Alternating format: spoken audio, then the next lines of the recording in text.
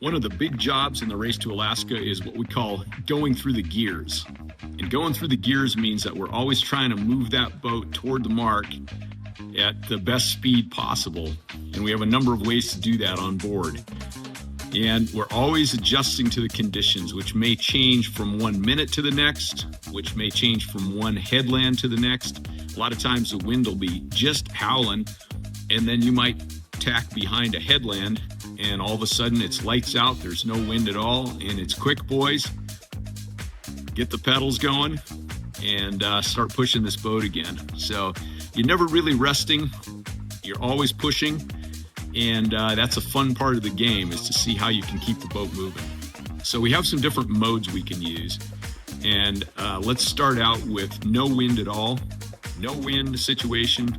We've got 2 pedal drives in the water, and we've got 2 crew on the pedals, pushing as hard as possible.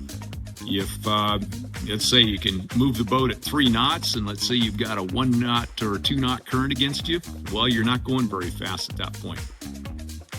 The next gear would be that we'd have just a little bit of breeze, just enough. And then we're using the mainsail, and we're using those pedals just to do what we'd call a little motor sailing.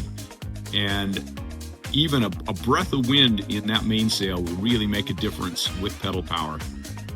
And then we get to a point where those props start skipping a little bit in the water, and it's like, nope, let's pull one out. So we take the windward side, we pull that prop out, that person stops pedaling, and then now we're motor sailing with 1 prop in the water, 1 cyclist, and a little bit of air in the main.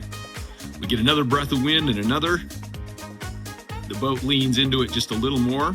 That next pedal starts skipping. The next prop starts skipping, and we quit pedaling on that side and pull that one out of the water to reduce the drag. And now we're back to sail power again. And maybe we've got the right wind and we can get that jib working. So the jib comes out, and now we're going upwind again. So we also have what's called a screecher on the front of the boat. And so if we're off the wind at all, we can actually put out a bigger head sail.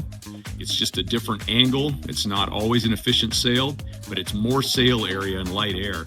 And then we've also got a spinnaker for the boat. And so if the wind moves aft of beam at all, or we've even been able to fly it well forward of beam at times, and it just depends on the amount of air blowing, and we can get one of those sails going. And then it's all the way down to the wind starts piping up. We take a reef in that mainsail. The wind keeps piping up.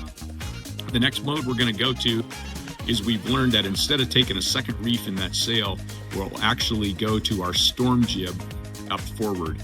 So we'll replace the regular working jib with the storm jib, and that's our configuration, is to go upwind in heavier air using 1 reef in the main and our storm jib. And the boat seems to do pretty well that way.